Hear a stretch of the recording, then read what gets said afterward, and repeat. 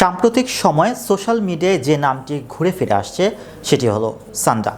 অনেকেই বিভ্রান্ত হচ্ছেন এটি আসলে কি, এটি কি খাওয়া যায়, এর ধর্মীয় অবস্থান কি এবং পুষ্টিগুণ সহ প্রয়োজনীয় সব কিছুই থাকছে আজকের এই প্রতিবেদনে।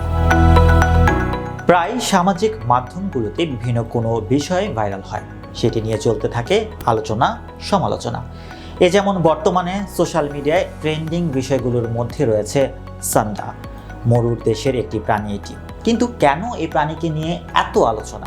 আরবের দেশগুলোতে বসবাসকারী বাংলাদেশিদের অনেকে সোশ্যাল মিডিয়ায় কাফিলের জন্য সান্ডা ধরার ভিডিও দিচ্ছেন, কেউ বা শেয়ার করছেন ছবি। বিষয়টি নিয়ে হাস্য ঠাট্টাও কম হচ্ছে না, অনেক মিমও বানাচ্ছেন এই বিষয়টি নিয়ে। সান্ডা হলো আগামীডে পরিবারের টিকটিকিদের একটি গণ, অর্থাৎ টিকটিকির মতোই একটি প্রাণী এটি। দেখতে অনেকটা আমাদের পরিচিত গুইসাপের মতো। এর আদি নিবাস আফ্রিকা ও মধ্যপ্রাচ্য, পশ্চিম এশিয়া।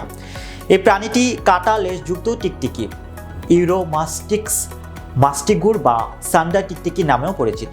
এদের একটি বিশেষ বৈশিষ্ট্য হলো মোটা ও শক্তিশালী লেজ, যা কাটার মতো খাঁজযুক্ত।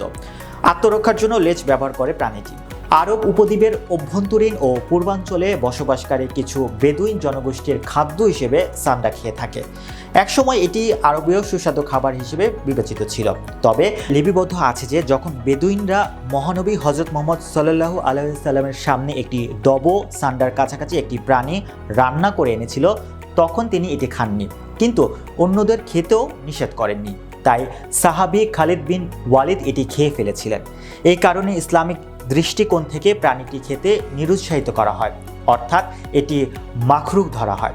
তবে আরব অঞ্চলে যে সান্ডা খাওয়া হয় তা আসলে দব। অধিকাংশ ইসলামী স্কলারদের মতে এটি হালাল, তবে হানাফি মাযহাবে এটি খাওয়া হারাম।